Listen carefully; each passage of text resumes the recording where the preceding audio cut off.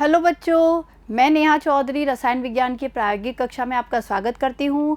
देखिए बच्चों, पिछले वीडियो में हम लोगों ने अनुमापन मितीय विश्लेषण के बारे में पढ़ा और आज हम लोग बात करेंगे कार्बनिक यौगिक के गलनांक के निर्धारण के बारे में, यानी किस तरीके से किसी दिए गए कार्बनिक यौगिक के गलनांक का निर्धारण किया जाता है। और देखिए बच्चों, गलनांक को मेल्टिंग पॉइंट भी कहते हैं। तो देखिए ध्यान दीजिएगा, प्रयोग 3 क्या है हमारा। देखिए प्रयोग 3 का उद्देश्य दिए गए ठोस कार्बनिक यौगिक के गलनांक का निर्धारण करना, यानी हमें जो ठोस कार्बनिक यौगिक दिया गया है उसका गलनांक हमें पता करना है। आगे देखिए बच्चों, सिद्धांत क्या है। देखिए पदार्थ के अणुओं की गतिज ऊर्जा गर्म करने पर बढ़ जाती है। देखिए बच्चों, क्या होता है, जब भी किसी पदार्थ को गर्म किया जाता है तो क्या होती है, उसके अणुओं की गतिज ऊर्जा बढ़ जाती है। क्लियर है।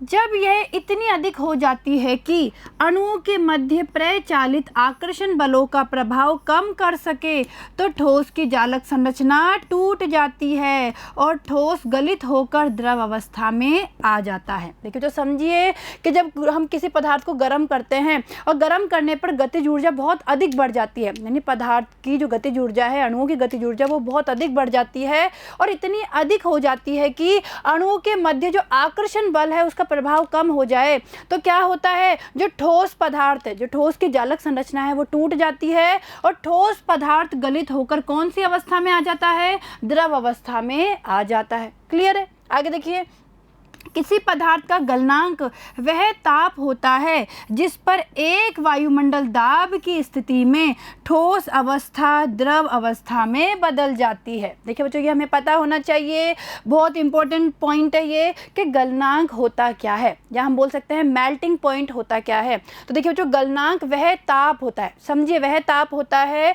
जिस पर एक वायुमंडलीय दाब पर या एक वायुमंडलीय दाब की स्थिति में कोई ठोस पदार्थ ठोस अवस्था से द्रव अवस्था में बदल जाता है, या हम बोल सकते हैं ठोस अवस्था से द्रव अवस्था में परिवर्तित हो जाता है। ठीक है, तो उस ताप को हम क्या बोलते हैं, गलनांक बोलते हैं। क्लियर है बच्चों। आगे देखिए, अब आवश्यक सामग्री देखिए, हमें क्या क्या सामग्री आवश्यक है। देखिए थीले नली, थर्मामीटर, कैपिलरी, क्लैंप सहित लोहे का स्टैंड, द्रव पैराफिन और कार्बनिक यौगिक। देखिए जो कार्बनिक यौगिक वो होगा जिसका कि हमें क्या ज्ञात करना है, गलनांक ज्ञात करना है, और कार्बनिक यौगिक ठोस अवस्था में होगा। भाई ठोस पदार्थ ही तो द्रव अवस्था में बदलेगा, यानी कोई ठोस कार्बनिक यौगिक हमें दिया जाएगा जिसका गलनांक हमें पता करना है। आगे देखिए, अब देखिए प्रक्रिया। देखिए बच्चों, स्टेप्स देखिए क्या क्या स्टेप्स होती है। देखिए एक 8 सेंटीमीटर लंबी केशिका लेकर इसके एक सिरे को बुनसेन ज्वाला में गर्म कर बंद कर देते हैं। देखिए तो समझिए हम क्या करते हैं,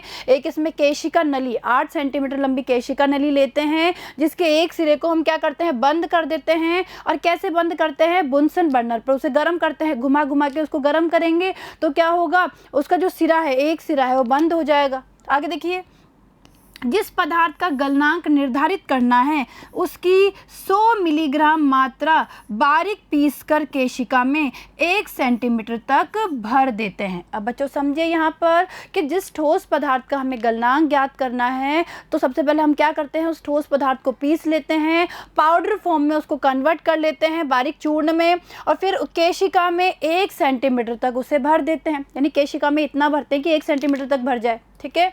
आगे ध्यान दीजिए, केशिका को बाहर से द्रव पैराफिन से भिगोकर बंद सिरा थर्मामीटर के बल्ब की ओर रखकर चिपका देते हैं। समझिए बच्चों, इस पॉइंट को अब क्या करते हैं, जो केशिका नली है, समझिए जो हमारी केशिका नली है जिसके एक सिरे को हमने बंद कर दिया और जिसमें हमने ठोस पदार्थ भरा है, तो उसको क्या करते हैं, उस केशिका को बाहर की तरफ से द्रव पैराफिन में भिगोते हैं और उसके बंद सिरे को थर्मामीटर के बल्ब की ओर रखकर चिपका देते हैं। ठीक है।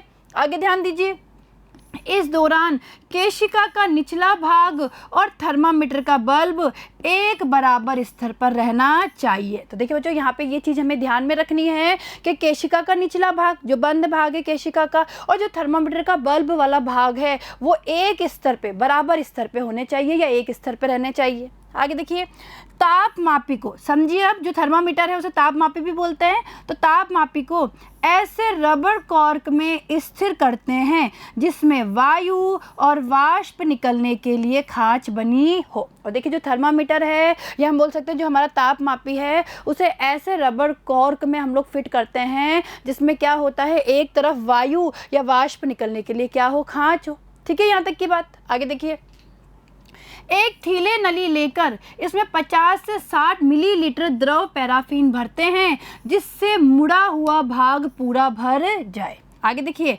थर्मामीटर को केशिका सहित द्रव में डुबाते हैं। अब क्या करते हैं, जो थर्मामीटर है, भाई थर्मामीटर से हमने केशिका को चिपका दिया ना, तो अब थर्मामीटर जो कि केशिका के साथ है, ठीक है, उसे हम क्या करते हैं, द्रव में डुबोते हैं। कौन सा द्रव, जो पैराफीन, भाई थीले नली में जो हमने पैराफीन लिया है उसमें डुबोते हैं। और देखिए, केशिका का खुला सिरा वायु में होना चाहिए, और हमें ये ध्यान में रखना है कि जो केशिका का खुला हुआ सिरा है वो वायु में होना चाहिए। और तापमापी और केशिका नली को थीले नली की दीवारों को छूना नहीं चाहिए। और ये भी ध्यान रखना है कि तापमापी और जो केशिका नली है वो थीले नली की दीवार से टच नहीं होनी चाहिए, यानी थीले नली की दीवारों को छूना नहीं चाहिए। क्लियर है यहाँ तक का। अब देखिए, अब थीले नली को नीली ज्वाला द्वारा पार्श्व भुजा पर से गर्म करना प्रारंभ करते हैं। देखिए बच्चों, अब हम क्या करते हैं, जो थीले नली है उसकी पार्श्व भुजा को गर्म करना प्रारंभ करते हैं। और देखिए, जैसे ही ठोस पिघलने लगता है ताप नोट कर लेते हैं। और देखिए, जैसे ही हमारा ठोस पिघलता है हम ताप को क्या कर लेते हैं, नोट कर लेते हैं। और देखिए, यही ताप क्या होता है, गलनांक होता है। भाई हम लोगों ने जो केशिका है, भाई केशिका में हम लोगों ने ठोस पदार्थ को लिया है ना, तो वो ठोस पदार्थ जैसे ही पिघलेगा तो वहाँ पे थर्मामीटर भी लगा हुआ है, थर्मामीटर में हम उसका क्या नोट कर लेते हैं, ताप नोट कर लेते हैं। यानी कहने का मतलब है उसका गलनांक हम लोग नोट कर लेते हैं, वह टेम्परेचर हम लोग नोट कर लेते हैं जिसपे कि ठोस पदार्थ किस में बदल गया, द्रव में बदल गया। ठीक है, तो इस तरीके से हम क्या करते हैं, देखिए बच्चों, गलनांक का निर्धारण करते हैं।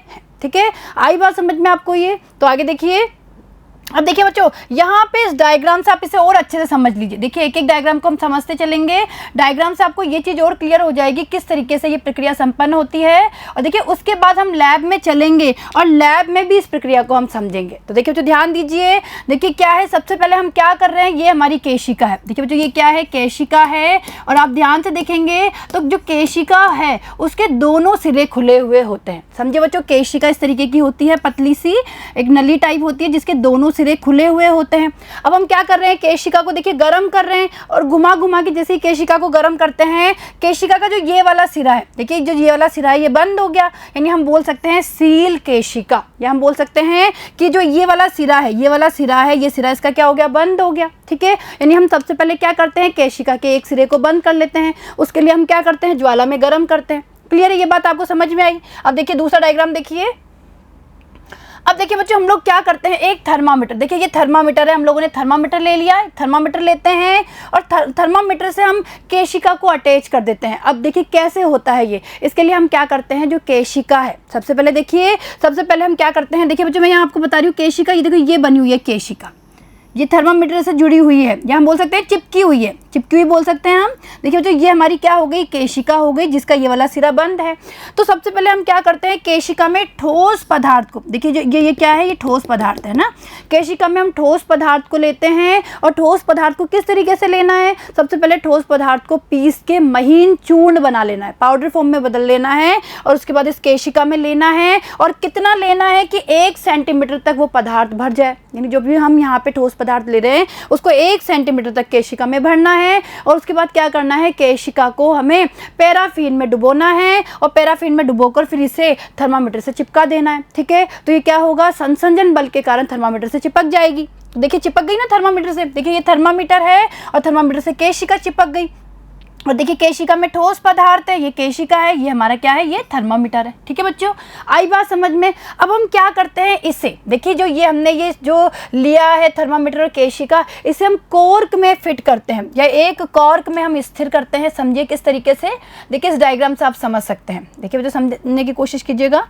देखिए बच्चों ये क्या है, देखिए ये एक कॉर्क है, देखिए ये कॉर्क है, ये कॉर्क है, और इस कॉर्क में देखिए हमने थर्मामीटर को स्थिर कर दिया, ये थर्मामीटर को हमने स्थिर कर दिया है। और इस कॉर्क में एक जगह और होती है, यानी एक खांच और होती है, ये खांच देखिए ये वाली खांच होती है। इस खांच से क्या होता है, वायु या जो वाष्प है वो बाहर निकल सकती है। ठीक है, तो देखिए यहाँ पे खांच है और यहाँ पे हमने इसे स्थिर कर दिया। ठीक है, और ये जो थीले नली है, देखिए वो जो ये कॉर्क है, अब इस कॉर्क से हमने फिट कर दिया, और ये कॉर्क हमने किस पे लगाया, ये जो इस तरीके की नली होती है इसको थीले नली बोलते हैं। ये थीले नली है, और थीले नली की ये पार्श्व भुजा होती है। और थीले नली में देखिए हमने ये यहाँ तक हमने थीले नली में क्या भर रखा है, ये हमने थीले नली में भर रखा है पैराफीन द्रव। क्या भर रखा है? पैराफिन द्रव हम लोगों ने भर रखा है। ये केशिका है देखिए, और केशिका में ये क्या भरा हुआ है? ठोस पदार्थ। ठीक है बच्चों, इस तरीके से हमारा पूरा सिस्टम होता है। और देखिए अब हम क्या करते हैं, समझिए यहाँ पर ये हमारा बुनसन बर्नर है। देखिए बच्चों मैं यहाँ लिख देती हूँ, ये हमारा बुनसन बर्नर है। और अब हम क्या करते हैं, इसकी पार्श्व भुजा को, जो ये हमारी थीले नली है, इसकी ये वाली जो पार्श्व भुजा है, इसे गर्म करते हैं। और जैसे जैसे हम इसको गर्म करेंगे, समझिए जैसे जैसे इस पार्श्व भुजा को हम गर्म करेंगे तो जो पैराफिन, जो द्रव पैराफिन हमने लिया है वो भी धीरे धीरे गर्म होगा। और इसके कारण जो केशिका में रखा हुआ ठोस पदार्थ है वो भी गर्म होगा। और जैसे जैसे गर्म होगा ठोस पदार्थ, क्या होगा, इसके अणुओं की गतिज ऊर्जा बढ़ जाएगी और वो ठोस अवस्था से द्रव अवस्था में आ जाएगा। और देखिए बच्चों वह ताप जिसपे कि ठोस पदार्थ ठोस अवस्था से द्रव अवस्था में बदल जाता है उसे ही हम क्या बोलते हैं? गलनांक। तो देखिए जैसे हम इसे गर्म करेंगे तो जब ये ठोस पदार्थ पिघलने लगेगा, जैसे ही पिघलेगा यानी ठोस पदार्थ जैसे ही द्रव अवस्था में आएगा, हम ये जो थर्मामीटर लगा हुआ है, इस थर्मामीटर की सहायता से हम क्या नोट कर लेंगे? ताप नोट कर लेंगे। और यही क्या होता है? गलनांक। ठीक है बच्चों, आई बात समझ में? तो देखिए बच्चों इस पूरे तरीके का, ये इस तरीके का एक सिस्टम होता है। इस पूरे तरीके से हम क्या करते हैं? गलनांक का निर्धारण करते हैं। ठीक है, यहाँ तक की बात आपको क्लियर हुई। अब देखिए बच्चों यहाँ पे एक चीज़ समझने की है कि अगर लैब में हमारे पास ये थीले नली अवेलेबल नहीं है तो हम सामान्य बीकर को या फिर कैल्डोल फ्लास्क को भी काम में ले सकते हैं। तो देखिए बच्चों समझिए यहाँ पर हम इस तरीके से, समझिए हम नॉर्मल बीकर, जो नॉर्मल हमारा बीकर होता है, बीकर को भी काम में ले सकते हैं या कैल्डोल फ्लास्क को भी हम काम में ले सकते हैं। ठीक है, इस तरीके से भी गलनांक का निर्धारण किया जा सकता है। आई बात समझ में यहाँ तक की? आगे देखिए, अब देखिए परिणाम। देखिए बच्चों परिणाम क्या निकल के आया? दिए गए पदार्थ का गलनांक डैश डैश डिग्री सेंटीग्रेड है। ठीक है, इस तरीके से हमने क्या निकाल लिया? दिए गए कार्बनिक ठोस पदार्थ का गलनांक हमने ज्ञात कर लिया। ठीक है बच्चों, आया समझ में यहाँ तक? आगे देखिए, अब देखिए सावधानियां क्या क्या रखनी चाहिए, समझिए। थर्मामीटर और केशिका का निचला सिरा एक ही स्तर पर रहना चाहिए। आगे देखिए, थीले नली को नीली ज्वाला द्वारा पार्श्व भुजा पर से गर्म करना चाहिए। केशिका की दीवारें बहुत मोटी नहीं होनी चाहिए। ठोस पदार्थ का पाउडर एक समान भरा होना चाहिए। तो देखिए बच्चों ये हमारी कुछ सावधानियां हैं, यानी इस प्रयोग को करते समय कुछ सावधानियां हमें रखनी पड़ती है। और देखिए एक सावधानी हमें और रखनी पड़ती है कि हमें बहुत ध्यानपूर्वक इस प्रयोग को देखना पड़ता है, यानी बहुत ध्यानपूर्वक नोटिस करना होता है। और जैसे ही ठोस पदार्थ द्रव में बदलता है तुरंत उस ताप को हमें नोट कर लेना पड़ता है। ठीक है, क्योंकि वही क्या होगा? गलनांक होगा। वही ताप क्या होगा? गलनांक होगा। ठीक है, आई बात समझ में आपको? तो देखिए बच्चों अब हम लैब में चलते हैं और दिए गए ठोस पदार्थ का, जो कार्बनिक ठोस है, उसके गलनांक का निर्धारण करते हैं।